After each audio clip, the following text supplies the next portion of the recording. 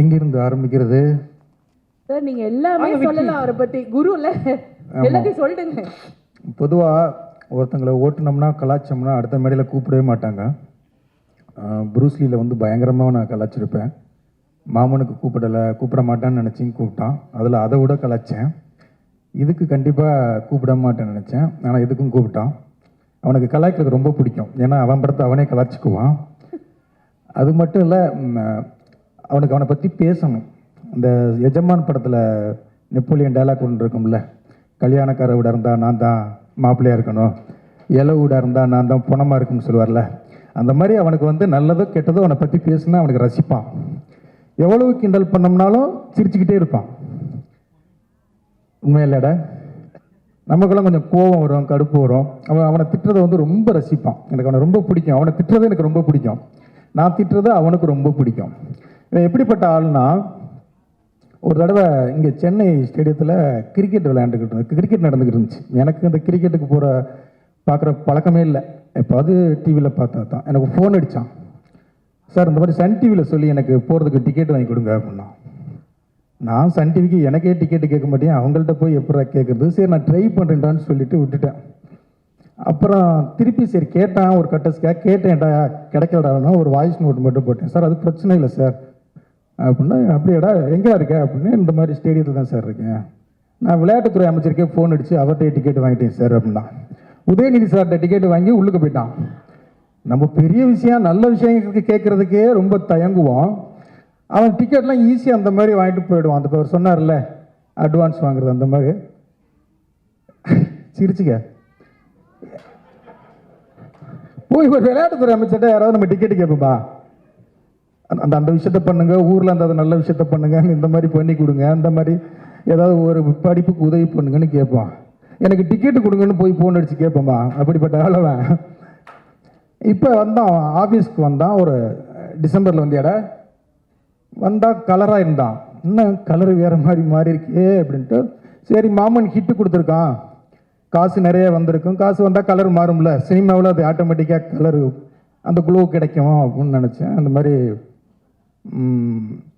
ஒரு சின்ன web series பண்ணுறோம் சார்.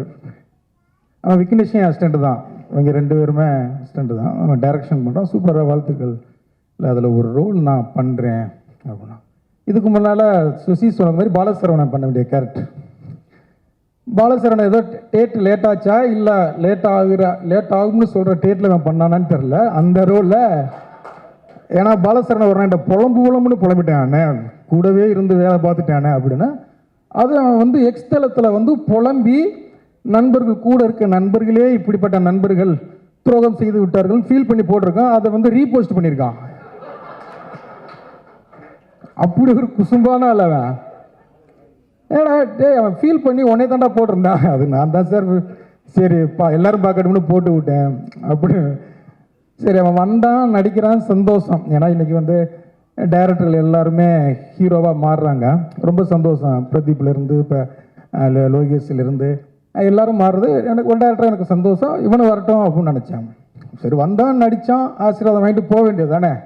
நான் ஒரு கதை வச்சுருக்கேன், அது ஒரு நல்ல மாஸ் ஹீரோ நடிக்கணும், அந்த கதையை நான் பண்ணுறீங்கிறான்.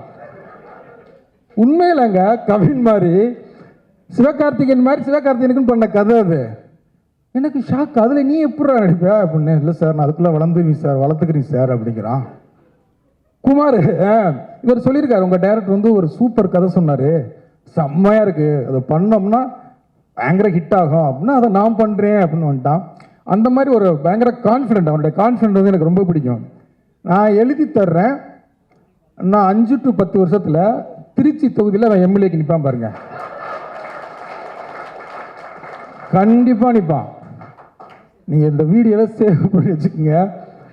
அவன் எம்எல்ஏக்கு அரசியல்வாதி ஆகிறானா என்னன்னு மட்டும் பாருங்க. அதுக்கு எல்லா திறமையும் அவனுக்கு இருக்கு, எல்லா திறமையும் இருக்கு. ஆவிலடா உண்டு. அது அரசியல்வாதியும் வா, நமக்கு ஒரு தெரிஞ்ச நம்ம எல்லாம் உங்க ஆசீர்வாதம் சார்,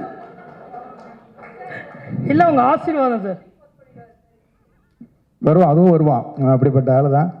உண்மையிலேயே வாழ்த்துக்கள், சந்தோஷமா இருக்கு. ரொம்ப தேங்க்ஸ் சார், ரொம்ப தேங்க்ஸ். போதுமாடா, இன்னும் பேசுவாடா? சரி விக்கியை கொஞ்சம் பேசுவோம். Sir please please. ஆமாம் ரொம்ப நேரமாக இங்கிட்டே இருக்கு. எடா ரொம்ப நேரமாக இந்த பக்கமாகவே இருக்கு. அங்கிட்டு கொஞ்சம். இவர் விக்கி கதகளி படத்தில் 3 அசிஸ்டன்ட் தான்.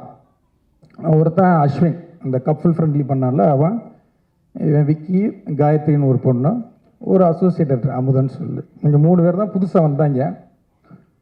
பேசிக்கிட்டே இருப்பாங்க, எப்போ பார்த்தாலும் பேசிக்கிட்டே இருப்பாங்க. என்னன்னா இவங்க வேலையாக மட்டும்தான் பேசுவாங்க, என் வேலையாக பேசவே மாட்டாங்க.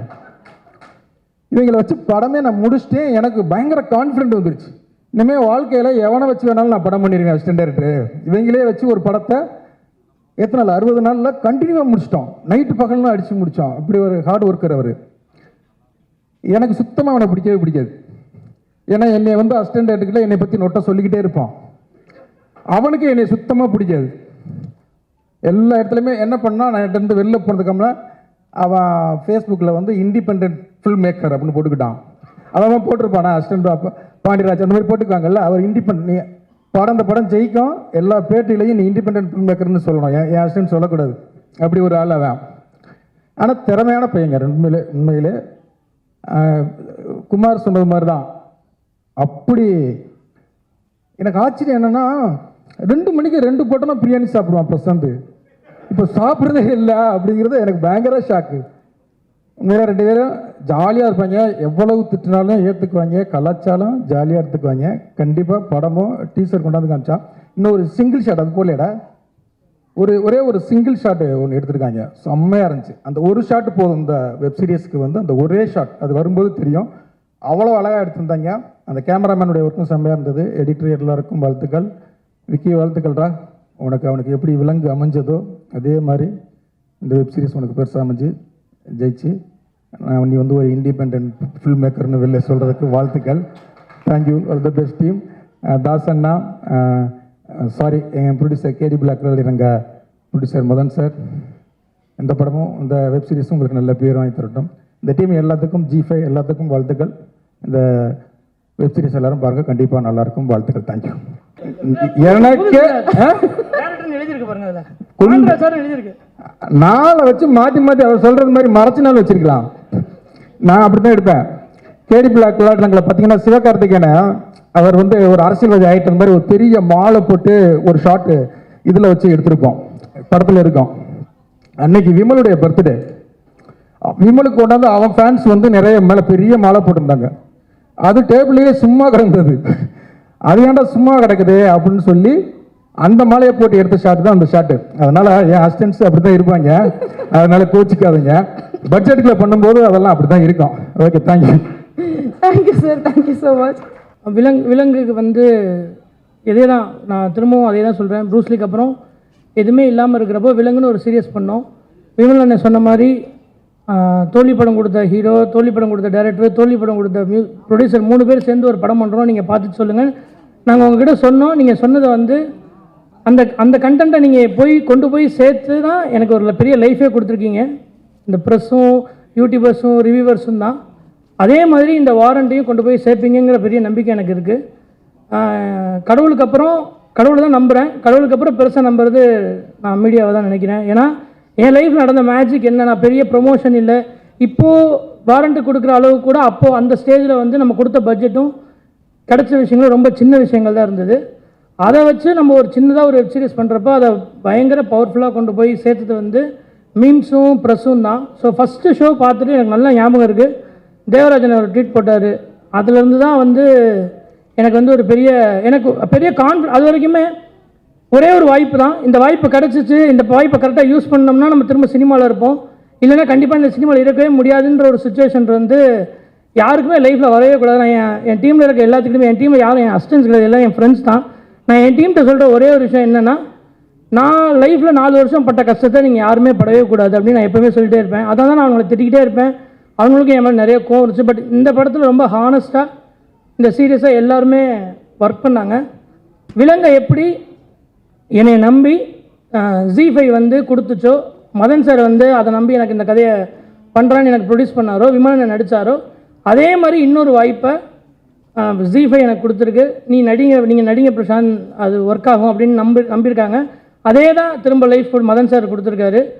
திரும்ப அதே தான். இப்போ அவங்க 2 பேரும் அந்த சான்ஸ் கொடுத்துறாங்க. 3வது அந்த சான்ஸ் உங்ககிட்ட தான் இருக்குது. நீங்கள் கொடுக்குறீங்களா கொடுக்கலையாங்கிறது உங்கள் கீழே தான் இருக்குது.